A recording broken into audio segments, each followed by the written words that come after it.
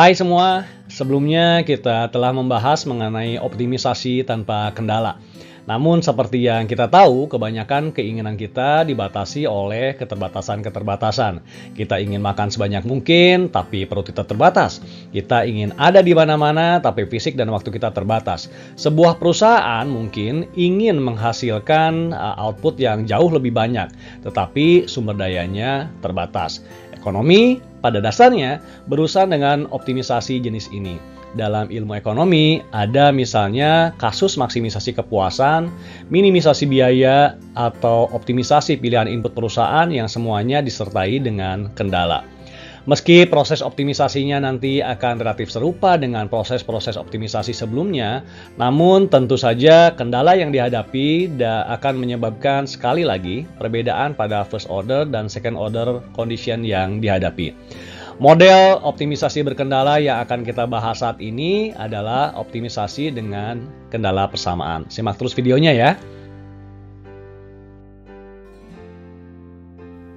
Kita mulai dengan membahas efek kendala pada proses optimisasi.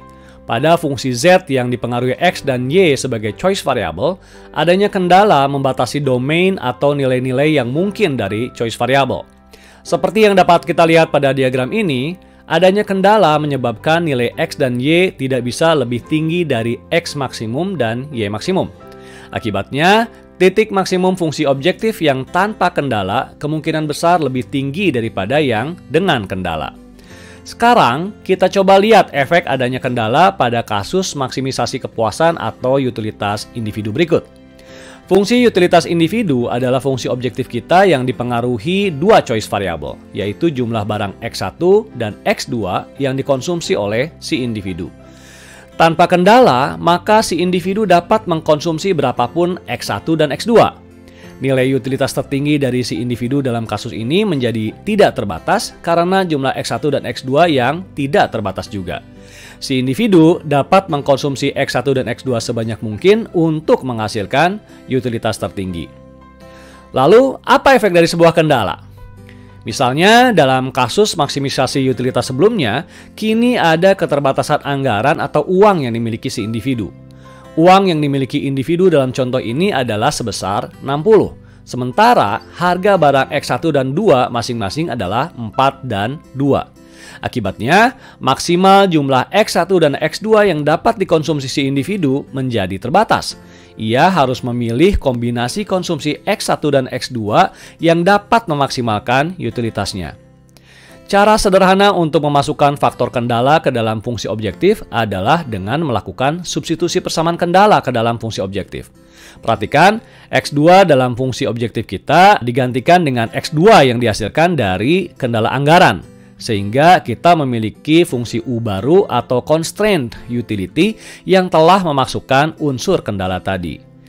Karena fungsi U yang baru dinyatakan sebagai fungsi dari satu variabel X1, maka kita seolah sedang berhadapan dengan kasus optimisasi tanpa kendala dan dengan satu choice variable.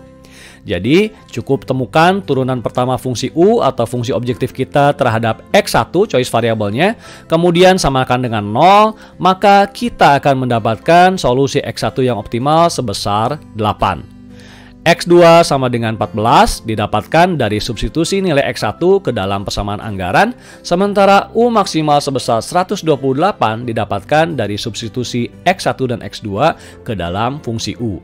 Perhatikan, dengan adanya kendala, kita mendapatkan jumlah spesifik X1 maupun X2 yang menghasilkan tingkat utilitas maksimum yang spesifik pula dan lebih rendah dari sebelumnya.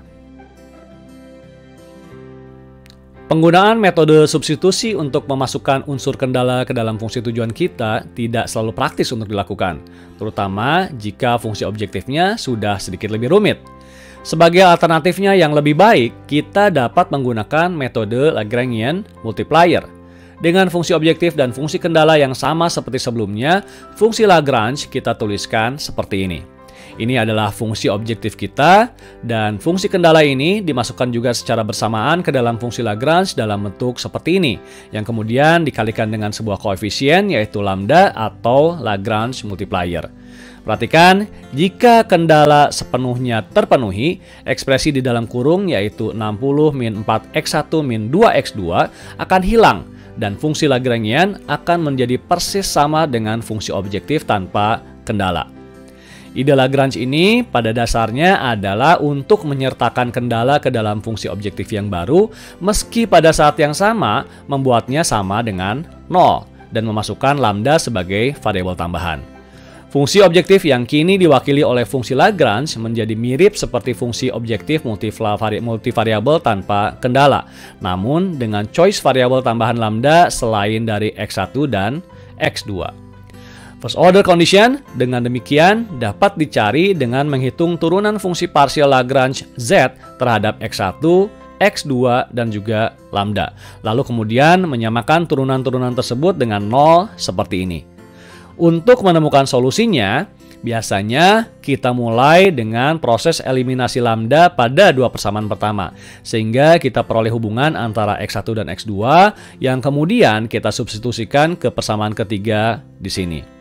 Hasil akhir optimisasi dengan Lagrange ini bisa kita lihat x1 sama dengan 8 dan x2 sama dengan 14, persis seperti hasil yang diperoleh sebelumnya menggunakan metode substitusi. Secara umum, proses optimisasi dengan menggunakan metode Lagrange multiplier adalah seperti ini. Langkah pertama yang harus dilakukan adalah menetapkan objektif, lalu menuliskan fungsi objektif dan fungsi kendala. Langkah berikutnya adalah menuliskan fungsi Lagrange. Di dalam tanda kurung ini selalu diisi dengan fungsi kendala yang dinyatakan dalam bentuk seperti ini. Kemudian, sama seperti first order condition pada optimisasi multivariabel tanpa kendala biasa, kita samakan semua turunan parsial fungsi Lagrange dengan 0. Ketika nilai kendala C berubah, solusi optimal pastinya akan berubah. Dan sensitivitasnya tercermin dari nilai kritis lambda. Untuk kasus dengan n choice variable, prosedurnya sama persis. Satu-satunya perbedaan tentu saja karena mungkin ada lebih banyak choice variable, maka turunan parsial yang harus dicari dan dibuat sama dengan 0 juga akan lebih banyak.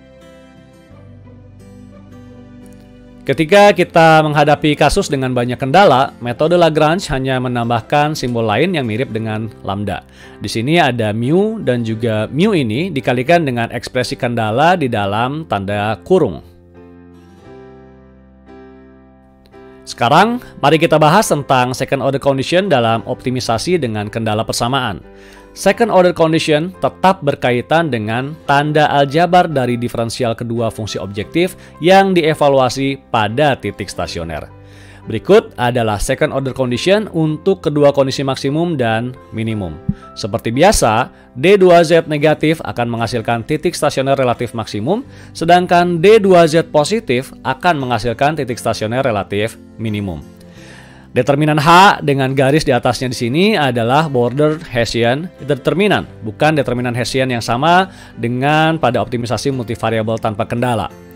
Elemen-elemen border Hessian matrix terdiri dari turunan parsial pertama dari fungsi kendala dan turunan parsial kedua dari fungsi objektif Lagrange. Apa yang kita cari adalah tanda border determinan H2, H3, dan seterusnya.